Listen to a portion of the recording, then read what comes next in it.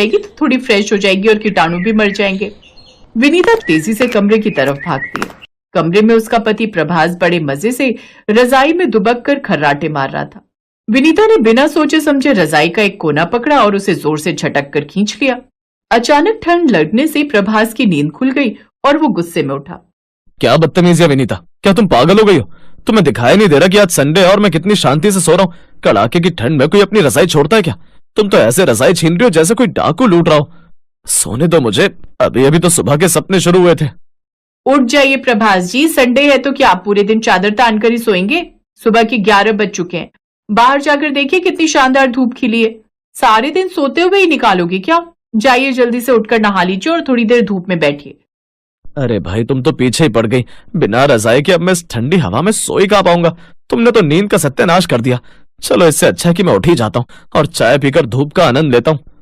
पर याद रखना, रात को अगर मुझे ठंड लगी तो मैं तुमसे रजाई छीन लूंगा।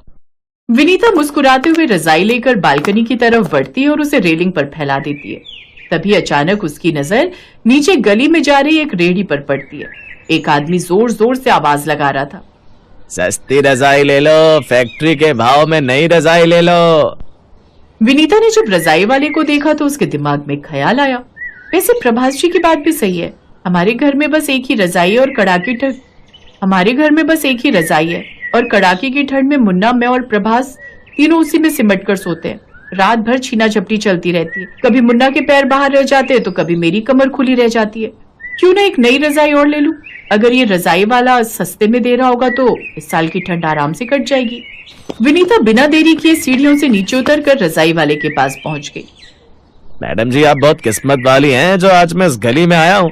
शहर की एक बहुत बड़ी रजाई बनाने वाली फैक्ट्री बंद हुई थी और वहाँ का सारा बचा हुआ स्टॉक मैं औने पौने दाम में उठा लाया हूँ। रजाई की क्वालिटी देखिए, एकदम मखमली है।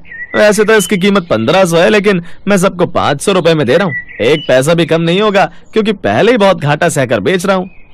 भाई साहब, 500 रुपए तो बहुत ज्यादा बोल रहे हैं। अब हम कोई एक दो रजाई थोड़ी लेंगे। देखिए, मेरे साथ मेरी सहेलियां और पड़ोसनी भी हैं।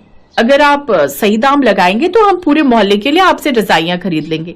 कम से कम 20-25 रजाइयां बिक जाएंगी आपकी। अब आप सोच लीजिए कि आपको थोक में माल बेचना है या शाम तक गली गली भटकना है। हम तो एक रजाई के 200 से ज्यादा नहीं देंगे। अरे मैडम, 200 रुपए में तो रुई भी नहीं आती। आप तो मेरा गला ही काट रही हैं। चलिए ना, आपकी ना मेरी, मैं 300 की एक लगा दूंगा। इससे कम में तो मेरा घर बिक जाएगा। रजाई बहुत अच्छी है, एक बार ओढ़कर सोएंगी तो सुबह तक पता भी नहीं चलेगा कि दुनिया में क्या हो रहा है। विनीता की बातों में आकर पूरे मोहल्ले की औरतों ने एक ही रंग और एक ही डिजाइन की लाल मखमली रजाइयां खरीद ली। रात हुई और कड़ाके की